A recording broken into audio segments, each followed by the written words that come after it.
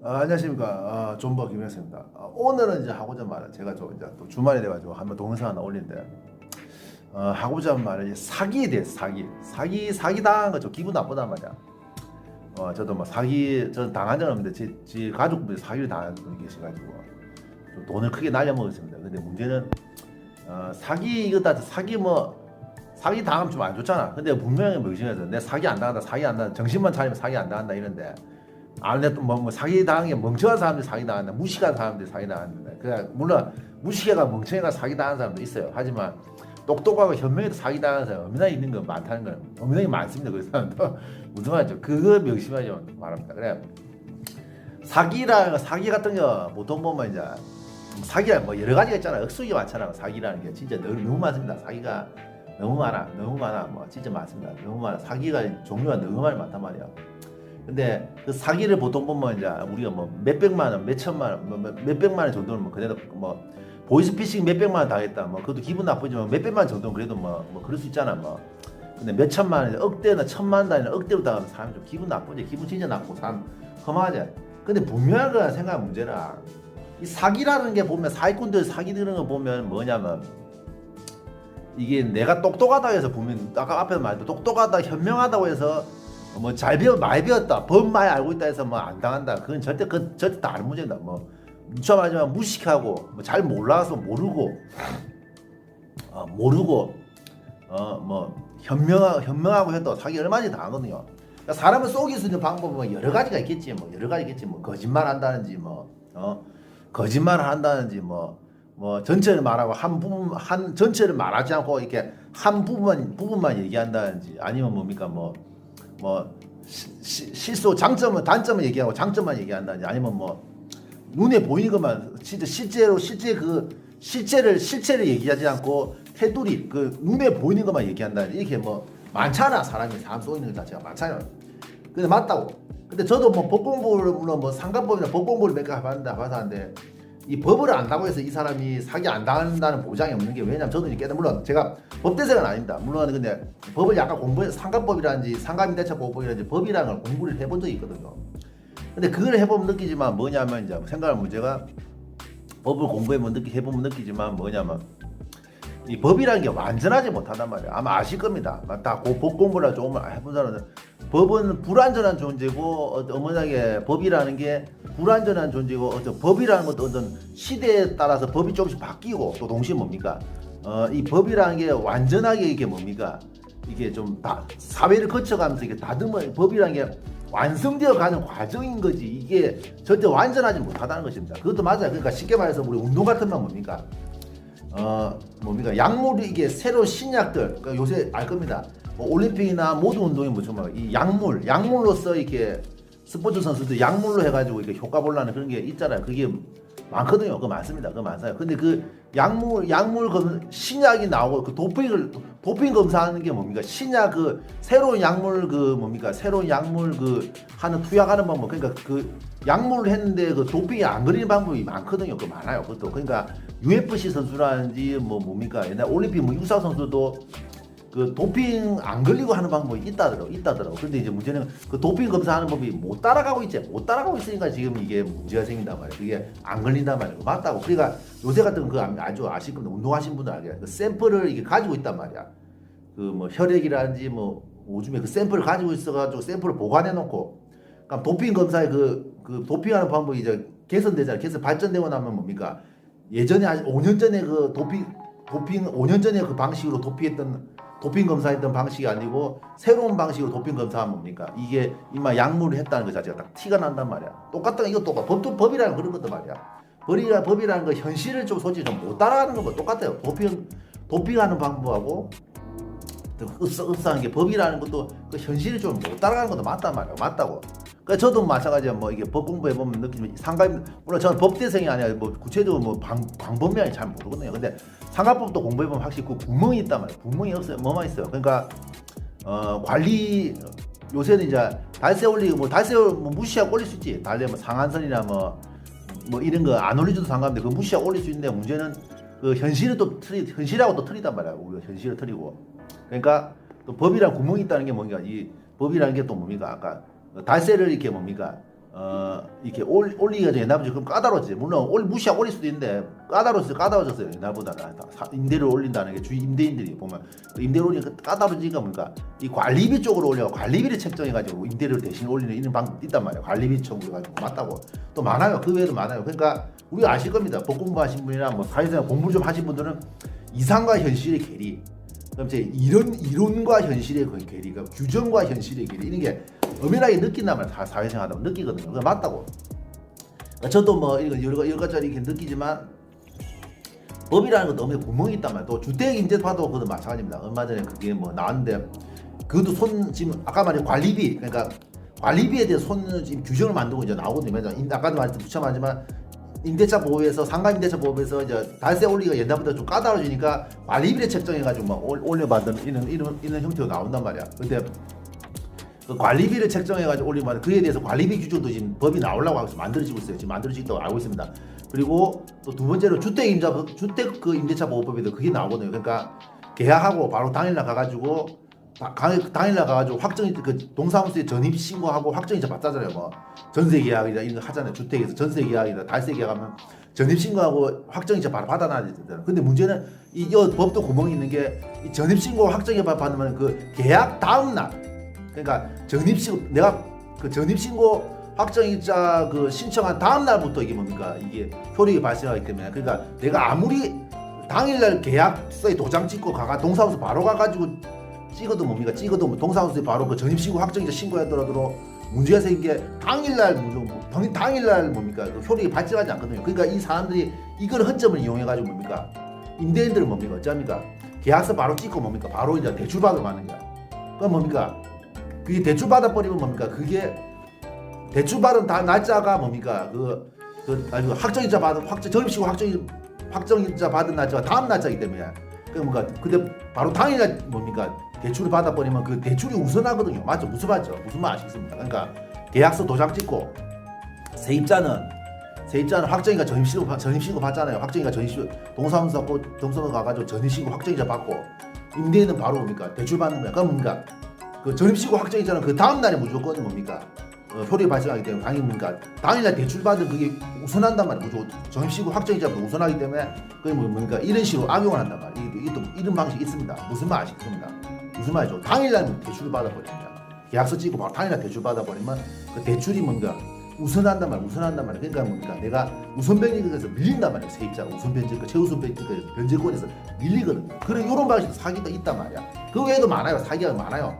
얼마 전에 깡통전세 그 빌라왕 그것도 보니까 그 빌라왕 사기당한 사람들 보면 전세 사기당한 사람들 어리석은 사람이 아니야. 진짜 어리석은 사람이 아니야. 똑똑한 사람입니다. 전입시사 받고 확정이자 받고 또 뭡니까 그 등기소 가가지고 이 사람에 대해서 뭐 채권이라든지 뭐 빚 이런 거에 대해 대출 받는 거 이런 거에 대해서 다 조사를 하고 했는데도 불구하고 뭡니까 그 빌라 그 사기 사건 같은 경우도 그건 걸리면 당할 수밖에 없단 말이야. 그거 보니까 당할 수밖에 없더라고요. 맞다고 당할 수밖에 없어요. 그게 맞단 말이야.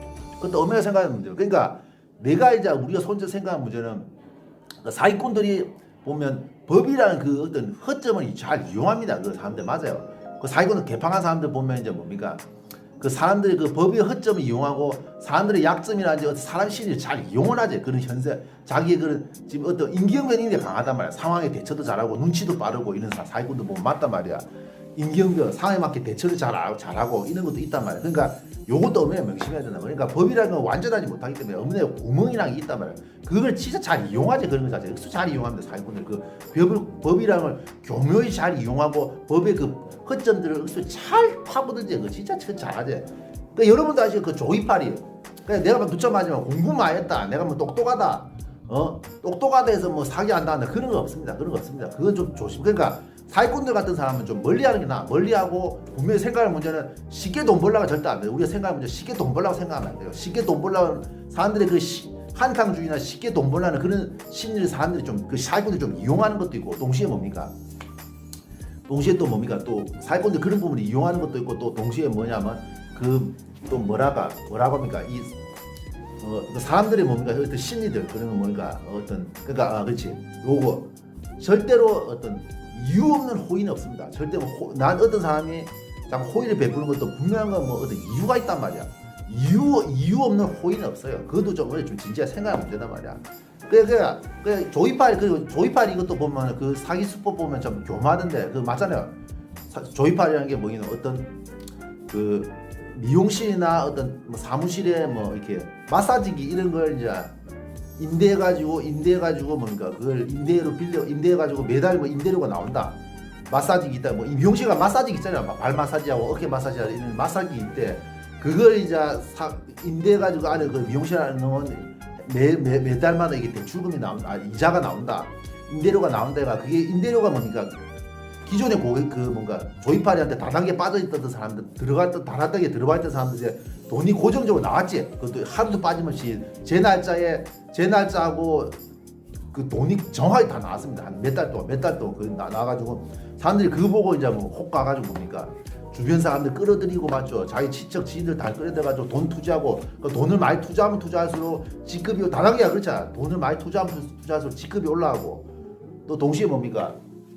직급이 올라가고 돈을 많이 투자하면 투자하면 이익이 많이 된다. 이런 식으로 사람들이 현혹하면서 이제 돈을 많이 뭔가 사람들을 많이 끌어모으지. 끌어모으고 그리고 동시에 뭔가 그 아까 전에 말했죠. 이자 주는 거 뭡니까? 그러니까 그 마사지기라든지 대여금 그래. 대여금 이런 거 마사지기 미용실이나 이발소에 마사지기를 임대해놔가지고 그 대여금 같은 거는 뭡니까? 자기 그 조이팔 자기 돈이 아니라 고객들 돈, 그 다단계에 있던 들어와 있던 이 고객 돈을 돌리면서 뭔가 버티다가 그 고객 돈이 좀 떨어지게 되니까 뭔가 돈 들고 날라삐는 이런 현상이 난단 말이야. 이런 사기꾼들 맞다고.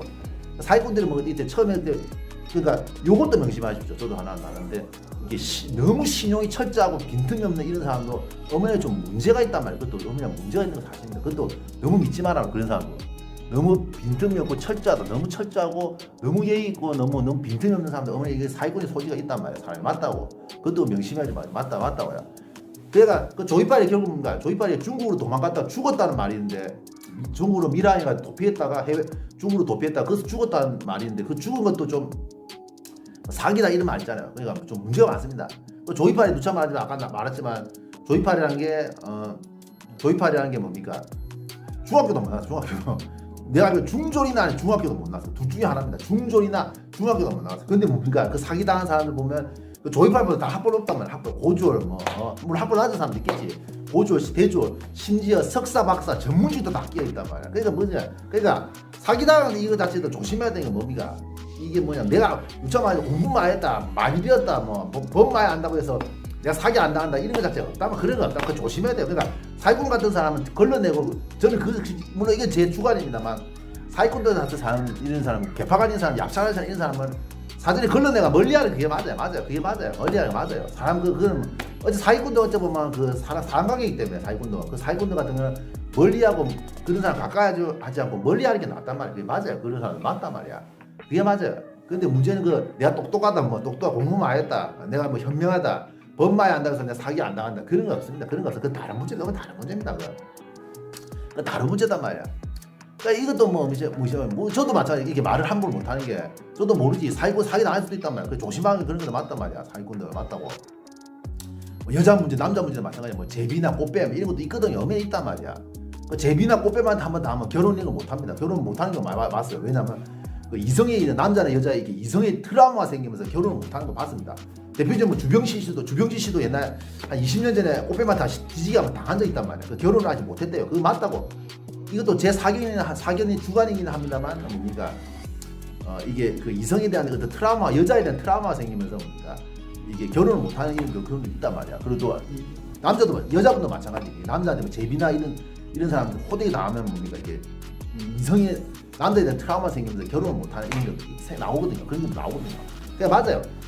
우리가 생각하는 문제 맞단 말이야. 확실히 이게 사기라는 것도 저도 말을 함부로 못하는 게 사기라는 게 이게 분명한 건 내가 아무리 똑똑하고 뭐 행동만 똑바로 된다 뭐 호랑이한테 물려가도 뭐 정신만 똑바로 차리면 된다 이런 말을 하면서 그러는데 뭐 똑똑하면 된다 법만 안다 뭐 내가 뭐 많이 배웠다 해서 학벌 높다 많이 배웠다 해서 사기 안 당한다 그런 거 없습니다. 그런 거 없습니다. 의사 뭐 변호사 뭐 전문직도 사기 많이 당하는 것도 있고 막 보이스피싱이나 사기 당한 것도 많단 말이야. 그 엄연히 말고 의사도 얼마 전에 41억 사기 당한 폐가망신하는 거 나왔는데 그거 맞아요. 그러니까 요것도 엄연히 좀 진짜 생각의 문제단 말이야. 맞다고. 사기 저는 그래 생각해요. 사기라는 것도 저도 뭐 가족 중에 사기를 당해가지고 이제 좀 난감하게 된 상황이 왔는데 저도 마찬가지입니다. 그 사기 같은 것도 엄연하게 이제 생각할 문제는 엄연하게 이제 좀 조심해야 돼. 조심해. 그래서 저는 그래 생각해요. 뭐 이렇게 좀 개파가 얍실한 사람 이런 사람은 사전에 걸러내고 이제 가까이 하지 않는 그게 더 현명한 부분이에요. 또 쓸데없는 욕심 부리지 말고 한탕주의나 뭡니까 돈을 쉽게 벌라는 이런 거 자체는 엄연하게 그런 거 자체는 그런 거 돈을 쉽게 버는 게 아닙니다. 누차 말해서 돈이라는 것도 뭐 나한테 돈복이 좀 있어야 되지 뭐 이게 큰 돈을 만드는 거지. 뭐 적은 돈이야 좀 어느 정도 벌 수 있겠지. 근데 뭐 진짜 큰 돈 벌려면 돈복이 있어야 돈을 버는 거지. 그게 내가 노력한다고 아무리 잔머리 굴리고 뭐 생쇼를 하더라도 운이 안 따라주면 그 돈을 큰 돈을 못 만들 수 없습니다. 그거 맞아요. 그러니까 그것도 이제 명심하고. 그러니까 사기라 저는 그렇게 생각해요.